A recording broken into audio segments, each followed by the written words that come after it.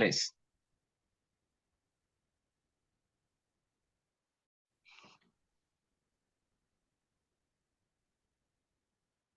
Muy buenas noches.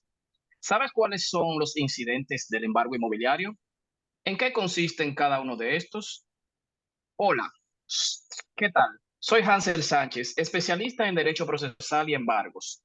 Los incidentes del embargo inmobiliario son las contestaciones de forma o de fondo que haya sido originada en el curso del procedimiento del embargo y que pueda ejercer influencia sobre su marca y desenlace, en las cuales tengan interés las partes o un tercero.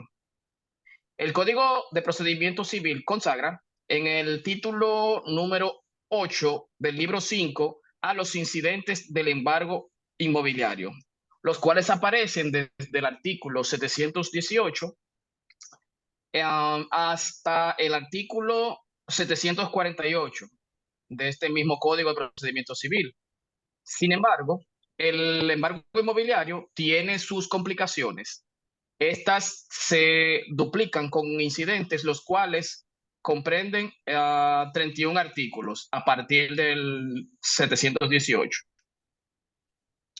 Vamos a iniciar nuestro desarrollo tratando de fijar una noción lo más exacta posible de lo que se debe entender por incidente de embargo inmobiliario. Sin salirnos de las reglas generales de estas, veremos en un segundo lugar el procedimiento a seguir en cuanto se refiere a... Y finalmente, las vías de recurso contra las decisiones rendidas en, en ocasiones a los incidentes. Vamos a enumerar a partir de este momento cuáles son dichos incidentes. En primer lugar, tenemos el concurso de varios embargos, subrogación de las persecuciones, radiación y perención del embargo, demanda en distracción, nulidad del embargo, la falsa subasta y la conversión del embargo en venta. Esta enumeración no es limitativa, pues en hecho pueden surgir otros incidentes durante los procedimientos. También vamos a hablar de la competencia. No es más que la competencia del tribunal. Esta se fija por la ubicación del inmueble como si se tratase de una acción inmobiliaria.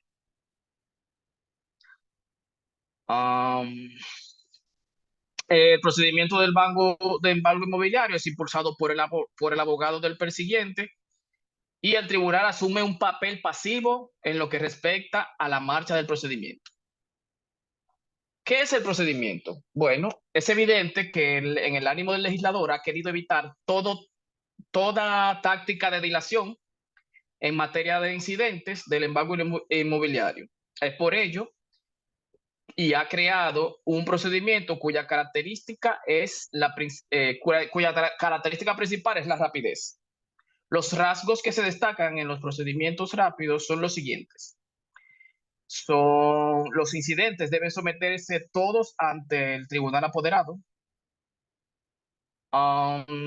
Si en primer rasgo se refiere a la competencia, el segundo es relativo a las partes. El tercer rasgo es la rapidez.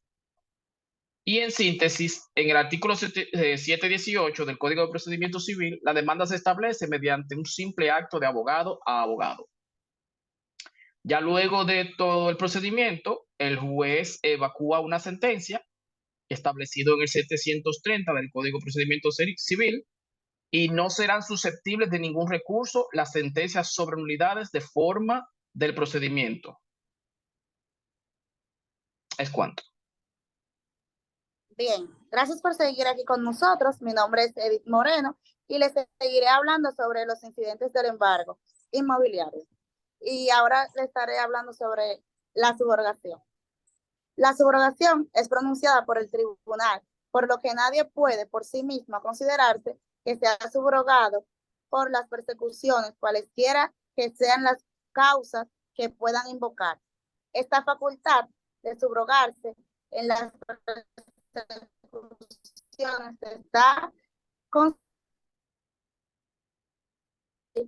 Dominicano 721. cuando expresa si el primer ejecutante que promueve la venta no ha continuado el segundo embargo que se ha denunciado.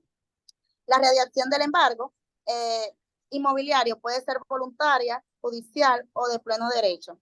Debemos recordar que toda acta del embargo es transcrita en la conservaduría de hipotecas cuando se trata de inmuebles no registrados o inscrita en las oficinas de registro de títulos, donde está registrado el inmueble.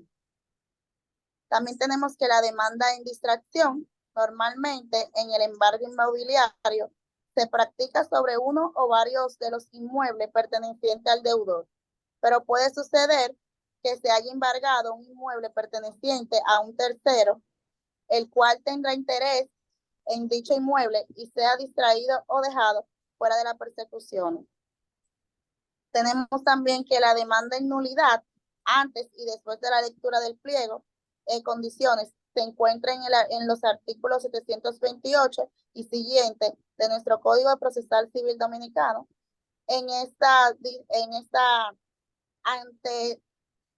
la demanda de nulidad antes nos dice que deberán ser propuestas a pena de caducidad de 10 días a lo menos antes del señalado para la lectura del pliego de condiciones. Tenemos también que después de la lectura del pliego de condiciones, en el artículo 728, nos dice que los medios de nulidad contra el procedimiento posterior a la lectura del pliego de condiciones deberá ser propuesto a pena de caducidad 8 días a más tardar después de haber publicado por primera vez en un periódico extracto de que trata el artículo 696 de nuestro Código Procesal Civil. Tenemos otros incidentes, cuáles son inscripciones en falsedad, que se encuentran en nuestro artículo 214 hasta el 251 del mismo código. El mismo, en el 214 nos dice que él pretende que un documento notificado, comunicado o producido en el curso del procedimiento es falso o falsificado. Puede sí al lugar hacerse inscribir en falsedad, aunque el dicho documento haya sido verificado. También tenemos el ofrecimiento real de pago, la oferta real de pago, el curso de instancia, que no es más que una modalidad de oferta admitida en los últimos tiempos en el país de origen de nuestra legislación, posterior en nuestro medio, la cual no requiere del Ministerio de Alguacil y puede ser formulada mediante meras conclusiones producidas en estrado. Es cuanto. Buenas noches, mi nombre es Mayrin Reynoso. Yo le voy a hablar sobre la expulsión, el sobreseimiento, la nulidad y los recursos. La expulsión, los artículos 2170 y 2171 del Código Civil le permite a un poseedor de un inmueble que no es deudor del acreedor ejecutante a pedir el sobreseimiento de la deuda.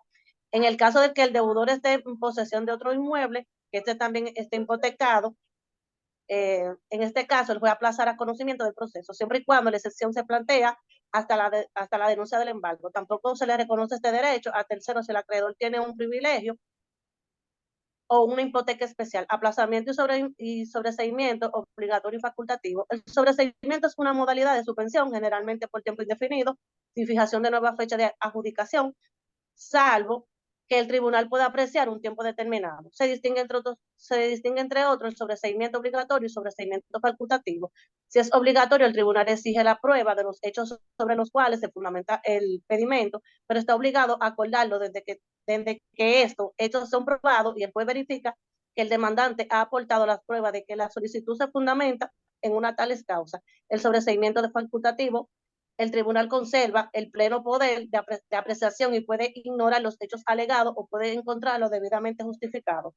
La notificación del embargo, la no transcripción de este, la omisión o la falta de notificación de un acto o determinado. En los plazos que determine la ley se considerará lesivo del derecho o defensa. Cuando la falta de omisión fuere subsanada el tiempo oportuno o se considera que no se naturaliza ni se interrumpe el proceso, este puede continuar por simple auto del tribunal dictado por el mismo el día que se le somete a cuestión. la nulidad, los acreedores quirográficos y los que se presentan propietarios de bienes de embargo, cuando deben ser propuestas las nulidades, propuesta de la nulidad dentro del plazo que antes hemos indicado, la audiencia tendrá lugar dentro de un plazo franco, no menos de 3 días ni mayor de 5. La nulidad puede ser falla de inmediato o más tardar el día en que este tendrá lugar la lectura del pliego. La lectura del pliego tiene que ver con mandamiento de pago, proceso de embargo, denuncia, inscripción de embargo, notificación del pliego, nulidades posteriores a la lectura del pliego, falta de publicidad o falta de enunciado esencial, fecha de la venta, tribunal, apoderado, descripción de inmueble, precio de la subasta, entre otras menciones. La vía de los recursos son los medios legales por el cual la parte puede impugnar una resolución judicial que le causa agravio, partiendo del hecho de que la notificación de recursos debe hacerse el estudio profesional del abogado de recurrir carece de base legal y de la utilidad prácticamente generalizada de la utilidad de modalidad de emplazamiento y espera que transcurra el plazo de la octava franca como si se tratara de un procedimiento ordinario. Nada impide igualmente que la notificación de recursos se haga a fecha de fija, como ocurre con la demanda incidental. Los aspectos procesales anteriormente indicados tienen mucha relevancia si tomamos en cuenta la intrusión y fallo de recursos que debe hacerse en un plazo de 15 días. En relación con el procedimiento a seguir en la jurisdicción segundo grado, puede decirse que no existe ninguna previsión. En efecto, lo único que se establece es que la Corte apoderada de recursos debe decidir en un plazo de 15 días sin establecer el punto de partida de dicho plazo. Situación que deja abierta dos posibilidades que inicie desde la fecha de apoderamiento o desde la fecha en que se expide, quede en el estado de recibir el fallo. Dada la naturaleza del procedimiento, entendemos que la intención del legislador es que el plazo comience a correr desde la fecha de apoderamiento. Hola a todos, mi nombre es Mónica Soto y voy a darle continuidad al tema comenzado por mi compañera Mayrin con respecto a las vías de los recursos que pueden ser utilizados en el embargo inmobiliario. Lo primero que tenemos que tomar en cuenta es que la oposición o el recurso de oposición en materia inmobiliaria no procede, mientras que el recurso de impugnación o le contrarie es una vía o recursos extraordinarios que la ley pone a disposición para toda una instancia. En todos los casos que el tribunal apoderado inicialmente estatuya sobre la competencia, no importando en cuál y en qué sentido lo haya hecho, pero no fallar el fondo del litigio. El plazo de este tipo de recurso es de 15 días a partir de la fecha de pronunciamiento de la sentencia. La tercería, que según el artículo 474 de nuestro Código de Procedimiento Civil, dispone que una parte perjudicada en sus derechos por una sentencia en la que ni ella ni las personas que ella representa hayan sido citadas puedan recurrir o deducir en contra el recurso de tercería contra dicha sentencia. En materia inmobiliaria, la Suprema Corte de Justicia ha negado hasta la fecha la posibilidad de recurrir en tercería en esta materia, bajo el fundamento de que tal como se expresa en la sentencia impugnada, el recurso de la tercería no es admisible a la materia de que se trata, por ser extraño a la misma, dado el carácter en jurisdicción de sección que tiene el Tribunal de Tierras y de que como también se expone de la decisión recurrida. Dicho recurso no está establecido ni contemplado en la Ley de Registro de Tierras. En cuanto a la revisión civil, lo encontramos estipulado a partir del artículo 480 de nuestro Código de Procedimiento Civil y dice que la ley dice que las sentencias contradictorias pronunciadas en último recurso por los tribunales o juzgados de primera instancia y de apelación, así como las sentencias que en su defecto, dadas también en última instancia y que no están sujetas a oposición. Tenemos que tener en cuenta que cuando hablamos de revisión civil, se refiere a un punto de sentencia, el fallo se retracta solamente respecto de este, a menos que los demás puntos dependan de esa parte de la sentencia. Y por último tenemos la casación, que este recurso será admisible en todos los casos, sin importar la materia que se esté tratando. cuando la sentencia pronunciada en única o última instancia decida inaplicar una norma por consideración institucional. Pero la Corte de Casación solo estará obligado a decidir sobre este aspecto si lo principal no es susceptible de recurso de casación. Es cuanto hasta aquí nuestra conferencia acerca del derecho inmobiliario y sus vías de recurso. Esperamos que haya sido de su agrado y de su entendimiento, y cualquier cosa estamos a su disposición. Les invitamos que si están interesados en otros temas, favor seguirnos en nuestro canal de YouTube e indicarnos qué tema les interesaría conocer. Pasen muy buenas noches. Les cuento.